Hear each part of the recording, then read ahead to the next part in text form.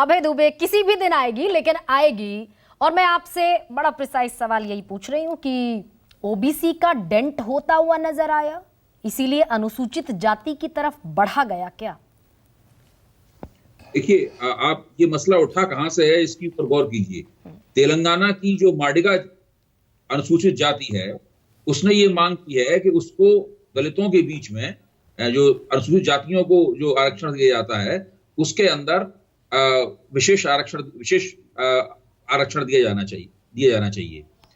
और वो उन्होंने इसलिए किया है क्योंकि तेलंगाना की और आंध्र प्रदेश की जो अनुसूचित जातियों की राजनीति है उसके ऊपर माला जाति का प्रभुत्व है।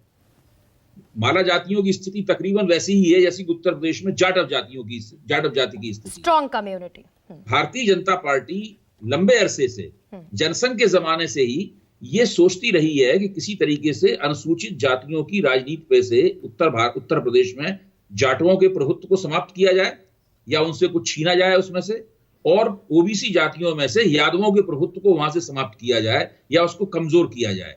तो उसकी पूरी की पूरी राजनीति, चाहे वो कमीशन नियुक्त करे, चाहे वो कमेटी नियुक्त करे, चाहे वो कुछ भी करे, अगर राजनीतिक दृष्टिकोण से अगर आप देखेंगे तो उसकी पूरी की पूरी राजनीति इसी ओर इंगित रहती है। और इसमें वो काफी हद तक, मेरा मानना यह है कि धीरे धीरे करके कामयाब भी होती जा रही है। ये प्रक्रिया बहुत धीमी गति से चल रही है, लेकिन ये निश्चित रूप से चल रही है। वो लोग जा इसी तरफ रहे हैं। इससे पहले इस बजाय एक तरफ तो कमेटियां बनाई जाती हैं, आयोग वगैरह बनाए जाते हैं, और दूसरी तरफ भारतीय जनता पार्टी जो अति पिछड़ी जातियां हैं और या अति दलित जातियां हैं उनको पॉलिटिक्स में लेवल प्लेइंग फील्ड देने का आश्वासन देती है। और इस तरीके से जो प्रभुत्वशाली जातियां हैं जैसे कि यादव, माला, जैसे कि जाटव, उनके खिलाफ उनकी गोलबंदी करने की कोशिश करती है। और इस गोलबंदी में भी वो एक हद तक कामयाब है। मैं कहना ही चाहता हूं कि राजनीति किस तरीके से हो रही है इसकी तरफ हमें निगाह डालनी चाहिए, और भारतीय जनता पार्टी ऐसा लगातार करती रहेगी। अब सवाल यह है कि जो सामाजिक न्याय की राजनीति के पहले से जमी हुई पार्टियां हैं, चाहे वो राष्ट्रीय जनता दल हो, चाहे समाजवादी पार्टी हो, चाहे बहुजन समाज पार्टी हो, वो क्या कर रहे हैं इसके जवाब में। तो मुझे लगता है कि उनके पास इसके खिलाफ कोई बहुत ठोस रणनीति नहीं है। अखिलेश यादव ने 2022 के विधानसभा चुनाव में सारी पिछड़ी जातियों का, इसमें छोटी छोटी बिरादरियों की पार्टियां भी थी, एक बेहतरीन, एक जिसे कहते हैं गुलदस्ता बना के उन्होंने पेश किया। इसकी वजह से उन्हें 111 सीटें भी मिली। वो मेरे ख्याल से एक सफल कोशिश थी पिछड़ी जातियों की एकता कायम करने की समाजवादी पार्टी के नेतृत्व में, लेकिन उसमें भी वो दलित जातियों को नहीं जोड़ पाए।